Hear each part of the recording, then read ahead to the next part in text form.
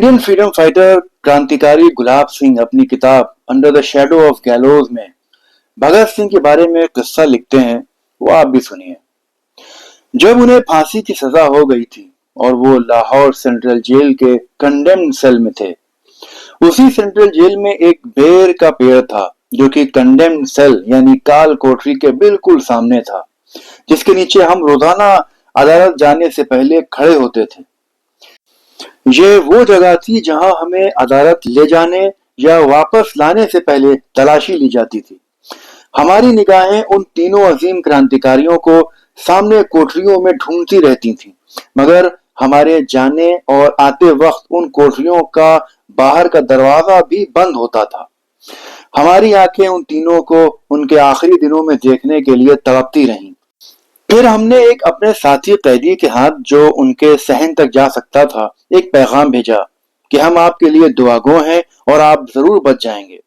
तब भगत सिंह ने अल्लामा इकबाल का एक शेर कागज की एक पर्ची पर लिख कर भेजा था, कोई दम का मेहमान हूँ ऐ अहले महफिल, चरावे सहर हूँ बुझा चाहता हूँ।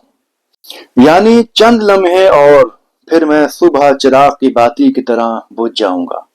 ये कितना बड़ा जुल्म था हमारे ऊपर कि हम में से किसी को भी उनसे आखिरी मुलाकात नहीं करने दी गई।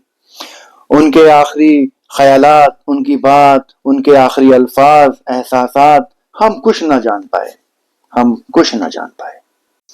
आइए आपको एक यादगार किस्सा सुनाता हूँ जिसका ताल्लुक भगत सिंह के छोटे भाई कुलतार सिंह से है।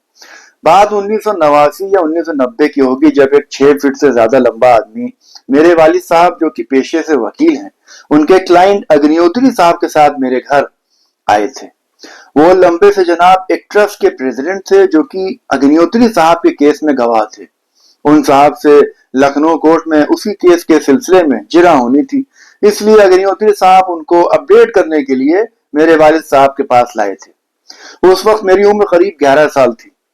मैं भी उन सबके साथ पापा के चैम्बर में बैठा रहा। उन लंबे से जनाब ने मुझसे मेरा नाम पूछा। मैंने कहा, जी रुस्तम। तभी पापा बोले, वैसे इनका असली नाम अब्दुल्ला रमजी है।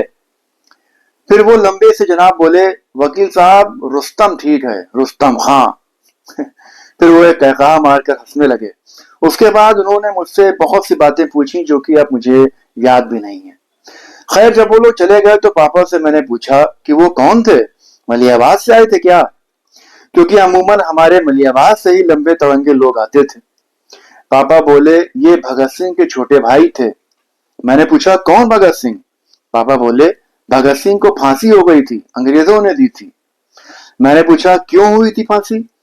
फिर पापा बोले, अरे बेटा, आजादी की लड़ाई में वो लड़े थे, उनको फांसी हो गई थी। पापा बताते हैं कि मैंने और भी बहुत सारे सवाल किए थे।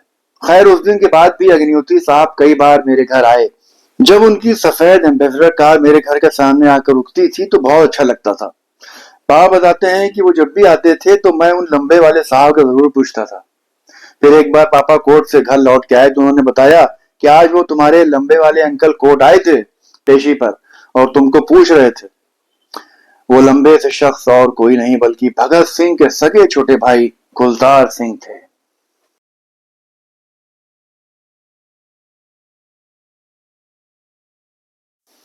हमारे घर के इसी कमरे में कुलतार सिंह 2-3 बार आए थे, जो आज भी हमें जाने क्यों भगत सिंह की मौजूदगी का एहसास कराता है। यहाँ पर मेरे वालिद की बड़ी सी एक मेज पड़ी थी, यहाँ उसके दूसरी तरफ यहाँ पर वो बैठे थे। जमाने हुए चैम्बर दूसरी जगह शिफ्ट हो गया, अब तो बस यादें हैं, वो नहीं शिफ्ट हुई। इनकलाब जिंदाबाद! इनकलाब जिंदाबाद! इनकलाब जिंदाबाद!